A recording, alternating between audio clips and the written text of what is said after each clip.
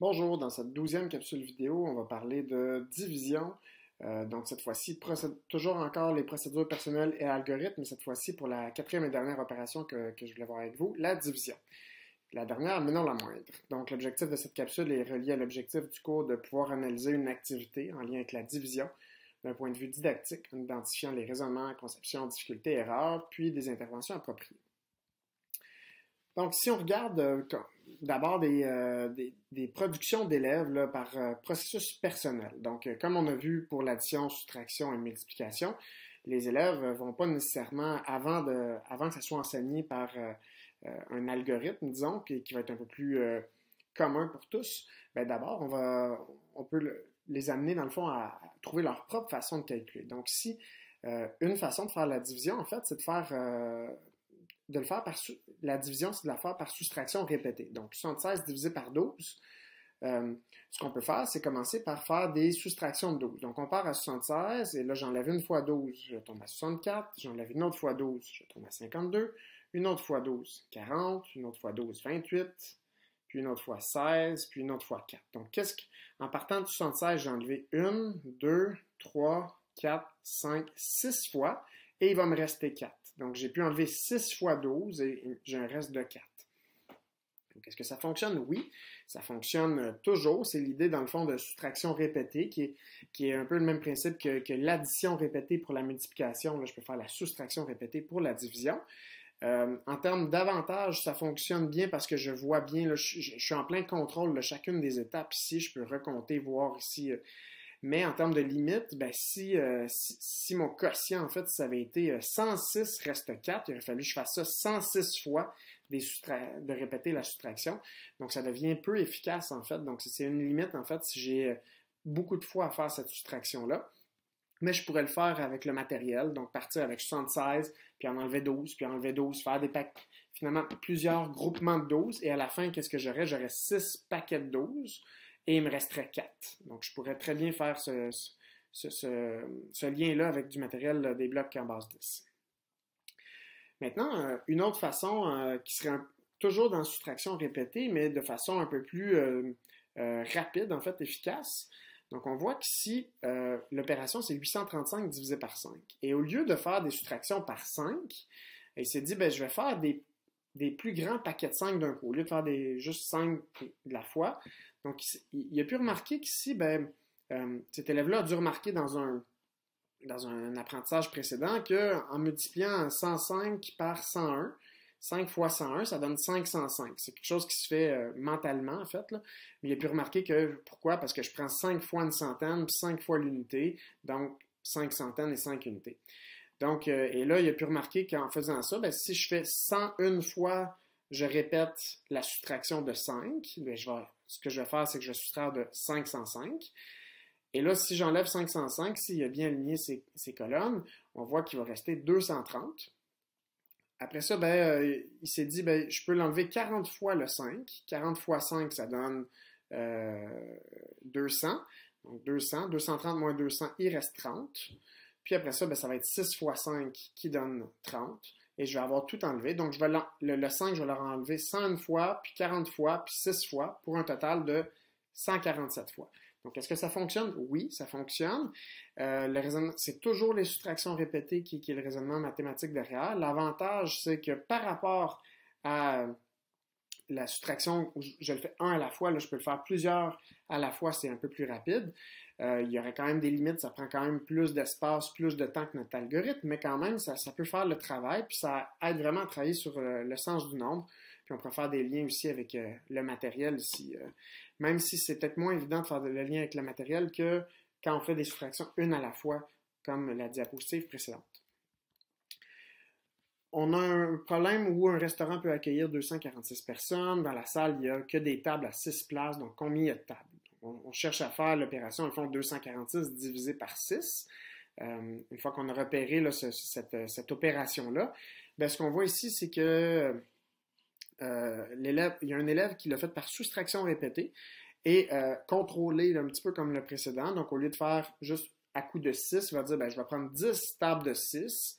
Donc, je vais prendre 60 places. Puis là, si j'enlève 60 places, je peux enlever encore 10 tables de 6. Donc, 60 places encore. Puis encore 10 tables de 6 sur une place, puis encore une fois.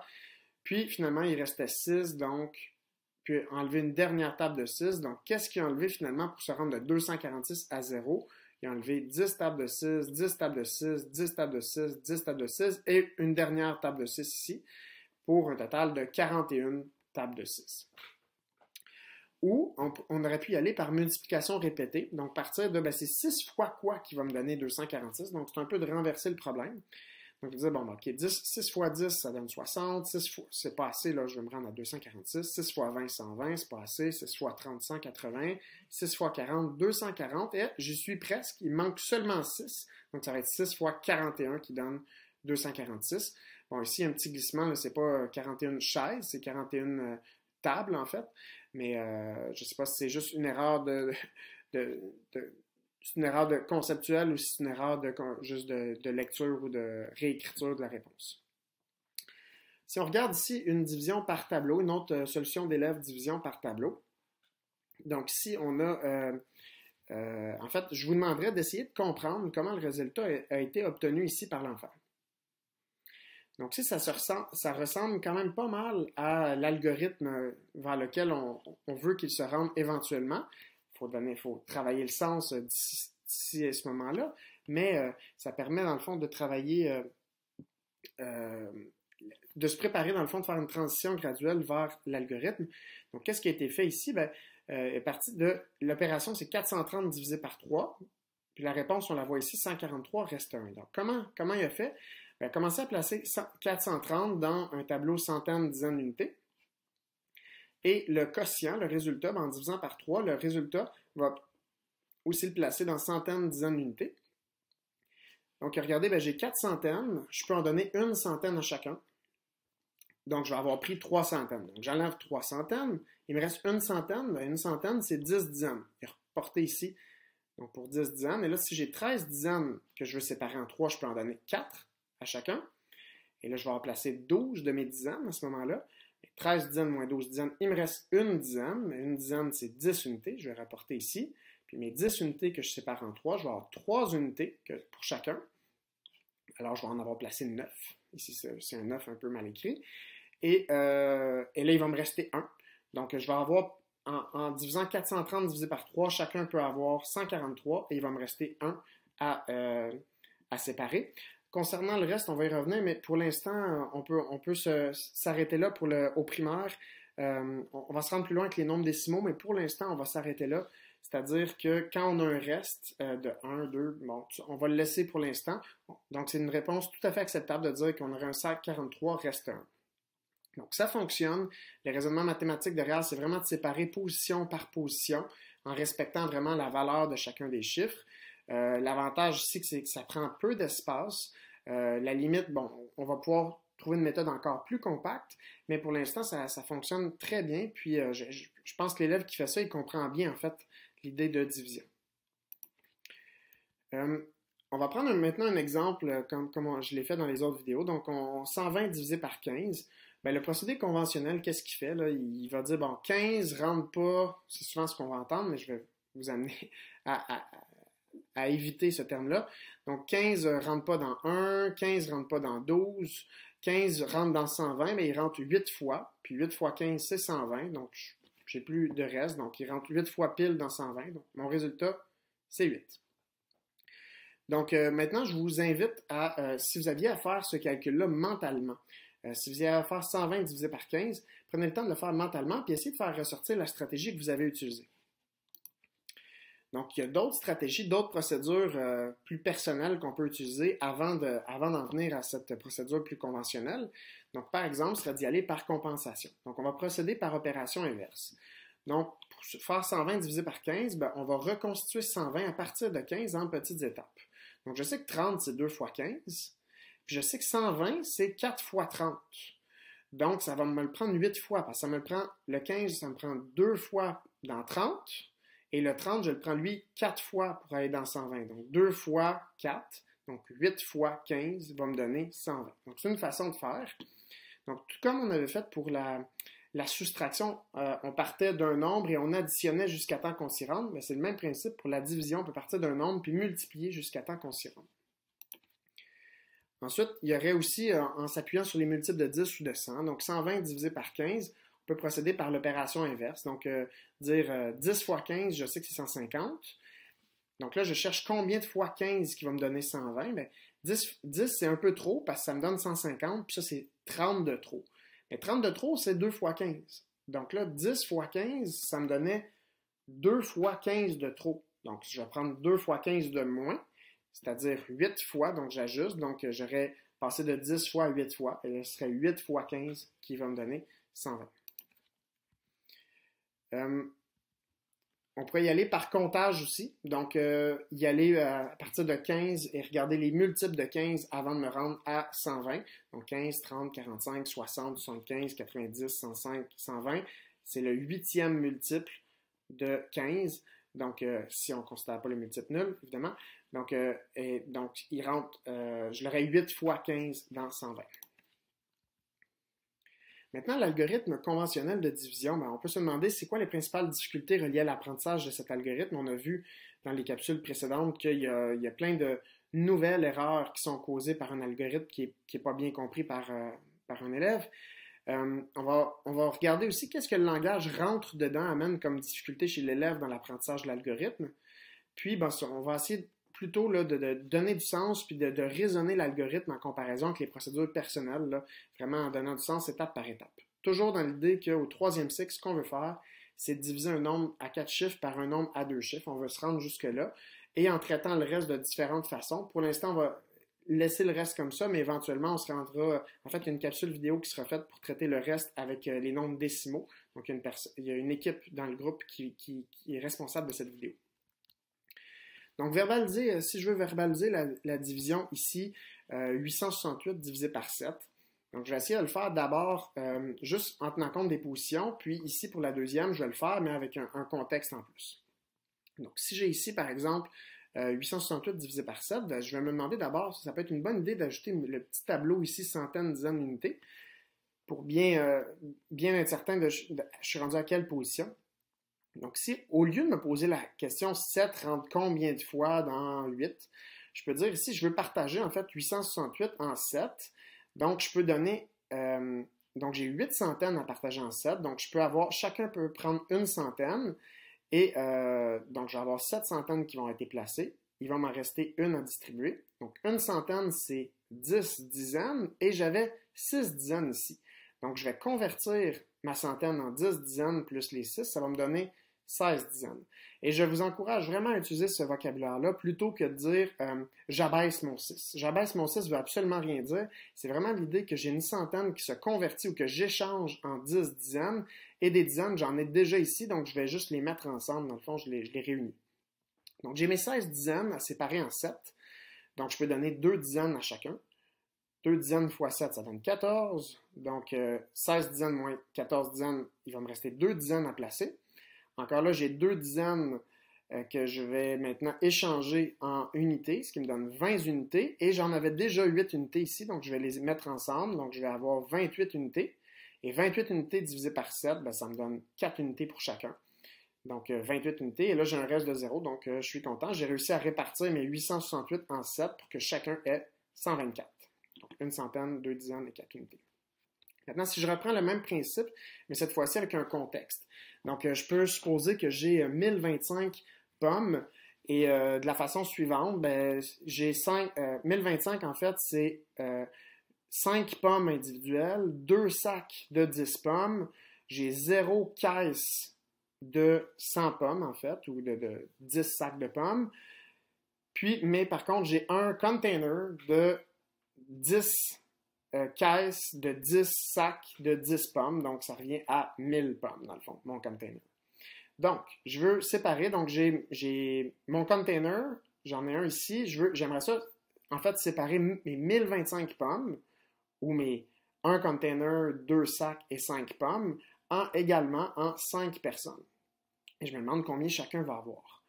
Donc, mon container, je ne peux pas le séparer directement en mes 5 personnes, donc je vais être obligé d'échanger mon container en 10 caisses. Donc, je sépare mon container en 10 caisses de pommes. Et là, mes 10 caisses de pommes, je peux les séparer également en 5 personnes pour que chacun en ait 2 caisses. Donc, 2 caisses, c'est mes 2 centaines ici.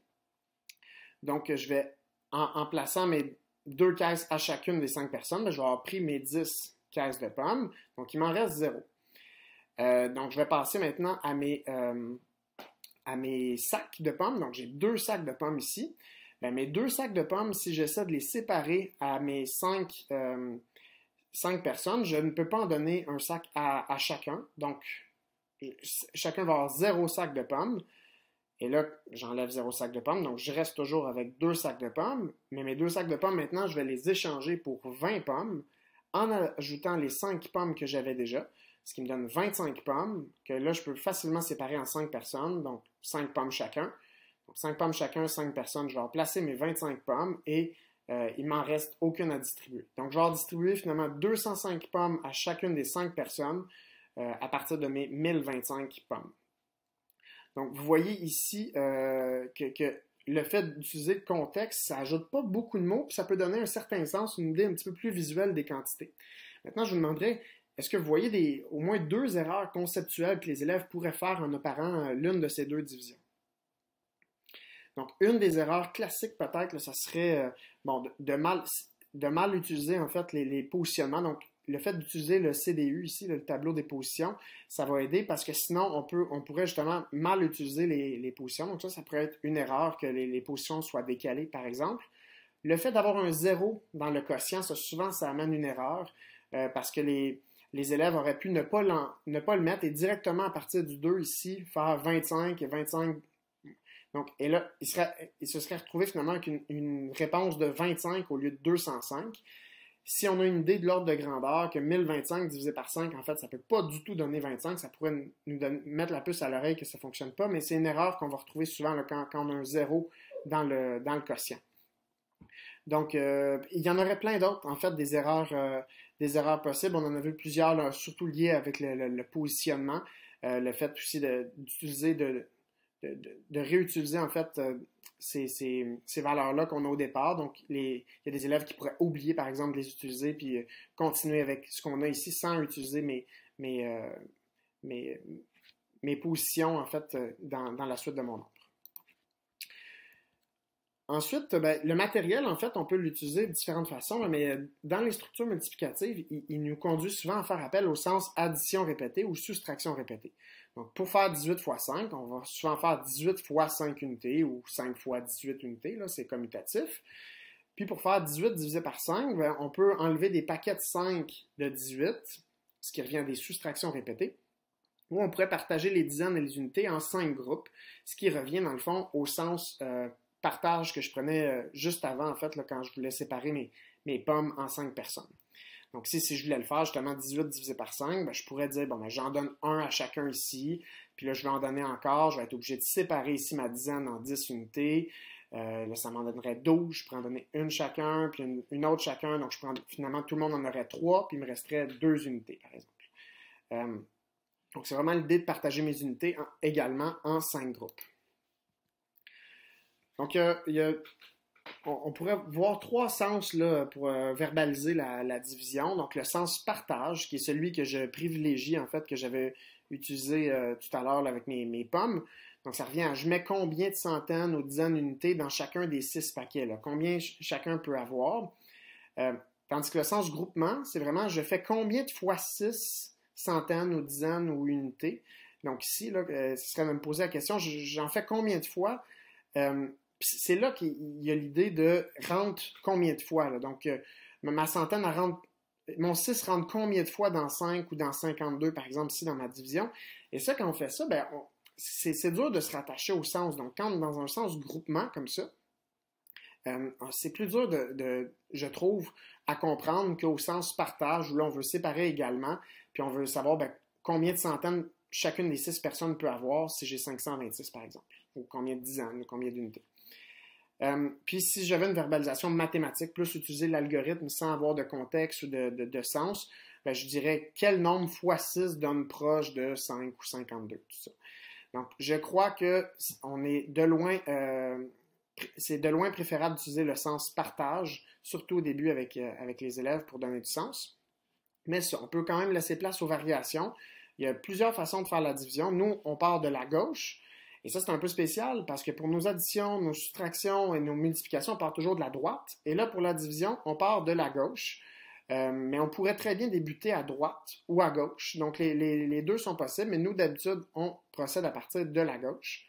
On pourrait faire aussi un algorithme plus explicite, je vais vous montrer ici, et faire des résultats partiels. Donc, par exemple, si on fait notre division 526 divisé par 6, je ne referai pas ici la division, mais on aurait pu, au lieu de faire l'algorithme traditionnel ici, ben de dire qu'à la place, on veut diviser 526 divisé par 6, donc on veut faire des paquets de 6, donc plus au sens groupement. Et là, on va avoir des résultats partiels. Donc, je peux faire, par exemple, 60 paquets de 6. Et 60 paquets de 6, ça me donnerait 360. Donc, je pars de 526, puis là, j'enlève 360. Il me reste 166. OK, je peux faire 20 paquets de 6. Ça me donne 120. Et là, si j'enlève 120, il me reste 46. Bon, avec 46, je pourrais faire 6 paquets de 6. Ça me donne 36. J'enlève 36, il me reste 10. Et là, je peux enlever un autre paquet de 6. Donc, j'enlève 6 et il va me rester 4. Et là, je m'arrête ici parce que mon reste de 4, si je voulais continuer, il faudrait que j'aille dans les nombres décimaux. Donc, ici, je vais avoir pris combien de fois des paquets de 6? Ben, 87. Dans le fond. Donc, j'arrive au même résultat que mon algorithme traditionnel, mais je vais avoir, dans le fond, fait des résultats, un algorithme un peu plus explicite, puis des résultats partiels, dans le fond, avant de me rendre directement, au lieu d'avoir directement le 8, ben, 8 dizaines, je l'ai fait en 6 dizaines et 2 dizaines, donc je l'ai fait comme en plusieurs étapes. Donc, ça fonctionne, c'est un peu, ça prend un peu plus d'espace, mais si ça fait plus de sens pour l'élève, ben, je pense que c'est important, il faut se donner comme but de donner du sens pour l'élève. Le reste, on ne se le cachera pas, c'est une des difficultés des élèves, donc il est parfois difficile à interpréter. Donc, cette division-là, ici, 526 divisé par 6, ça donne 87 reste 4. Donc, on pourrait se demander qu'est-ce qui veut dire le reste 4. Donc, ce qui reste, dans le fond, c'est un reste de 4 à diviser en 6. Donc, il resterait ce 4-là doit être divisé en 6, mais on va s'arrêter là parce que, disons qu'on ne veut pas rentrer dans les fractions. Donc, d'habitude, on va laisser reste 4, mais une façon correcte de l'interpréter, c'est de dire, ben, c'est 87 et 4 sixièmes. Il reste 4 à séparer en 6, donc c'est 4 sixièmes. C'est ça le sens de la fraction. 3 erreurs, en fait, ce serait de dire, ben, ce reste-là, c'est 4 sur 87. Donc, 4 sur mon quotient, en fait. Ben non, c'est 4 sur mon diviseur, donc ça devrait être 4 sixièmes. Il y en a qui voudraient dire, OK, un reste de 4, donc 0,4. Mais ce serait vrai si c'était une division par 10. Il y aurait un reste de 4 à diviser par 10, donc 4 dixièmes. Mais dans ce cas-là, c'est 4 à diviser par 6, donc ce n'est pas 4 dixièmes, mais plutôt 4 sixièmes. Donc ce n'est pas 87,4. Il y en a qui pourraient dire, bon, mais c'est 87 plus 4, donc 91 la réponse. Non, parce qu'ici, le 4 ne s'ajoute pas au quotient directement comme ça. Le 87, lui, le quotient, a été divisé par 6. Donc, on l'a divisé par 6, puis ça nous a donné 87, mais le 4 n'a pas encore été divisé par 6. Donc, c'est vraiment 87 et 4 qui restent à diviser par 6. Donc, c'est pas simple, en fait, cette histoire-là de reste pour les élèves. Autre petit problème où on voit que à partir d'un même problème, dans le fond, il y a des enfants qui s'approchent beaucoup de l'algorithme sans même qu'il ait été enseigné encore. Donc, toujours le même problème où il y a 246 personnes, il y a des tables à 6 places, combien il y a de tables. Donc, ce qu'a fait l'élève ici, ça ressemble au résultat partiel qu'on a vu juste avant, donc ici. C'est à peu près le même principe. Donc ici, il va dire, ben, OK, je vais prendre 20 tables à 6 places. Donc, j'ai pris 120 tables. Il m'en reste 126. Ça aide beaucoup en passant là, d'être rapidement de faire les soustractions parce que ça évite... donc, d'où l'importance d'avoir beaucoup travaillé les additions-soustractions au premier et deuxième cycle pour être capable d'être efficace après au deuxième et troisième cycle pour les multiplications et divisions. Donc, après ça...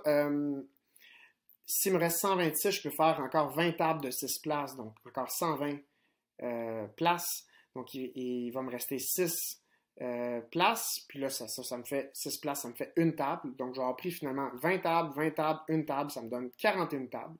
Donc là, ici, on a vraiment un exemple d'un élève qui utilise un algorithme mais de façon un peu plus explicite en présentant les résultats partiels. Mais c'est très près de l'algorithme, en fait.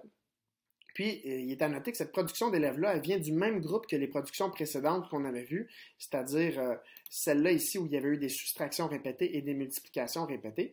Donc, c'est le même groupe. Donc, ça montre en fait que l'algorithme puis les processus personnels se travaillent un peu conjointement, à peu près en même temps. Donc, au début du troisième cycle, on réintègre, dans le fond, les processus personnels, mais en préparant, en faisant la transition graduelle vers l'algorithme. Puis il y a des élèves qui sont déjà prêts à faire ce passage-là, puis il y en a d'autres qu'il va falloir travailler un petit peu plus fort. Donc, quelques éléments à retenir en lien avec la division, mais c'est important de pratiquer vos verbalisations. C'est pas si simple que ça, donc je vous suggère de le faire en contexte, comme mon exemple de pomme tout à l'heure. Essayez de penser aussi à une représentation en parallèle. Là. Je ne l'ai pas fait, mais j'aurais pu y aller avec mes pommes, puis ça c'est mes... non, en fait, j'aurais mes pommes qui seraient mes unités, j'aurais mes sacs de pommes, des sacs de 10 pommes, j'aurais des caisses de 10 sacs de 10 pommes. Puis bon, j'ai pas de container ici, mais j'aurais pu me préparer un container de 10 caisses, de 10 sacs, de 10 pommes, donc 1000 pommes. Le sens groupement, n'oubliez pas, qui est plus difficile, là, donc la formulation 7 rentre dans, là, c'est vraiment lié au sens groupement, donc je vous invite à éviter cette formulation-là, puis vraiment y aller plus dans un sens partage, où on veut donner la même quantité à tout le monde. Puis, vous pouvez utiliser une version plus explicite de l'algorithme, donc d'écrire 700 au lieu de 7, par exemple. Donc, au lieu de mettre 7 à la place de centaines, de mettre 700, donc, et vraiment faire les produits partiels, là, 740 et 3, puis là, ça va me faire 743 au quotient, par exemple. Mais sinon, une autre façon, c'est comme je l'ai fait, d'utiliser un mini tableau de position pour le quotient. On pourrait écrire le quotient en contexte, là, par exemple, 2 paniers de 10.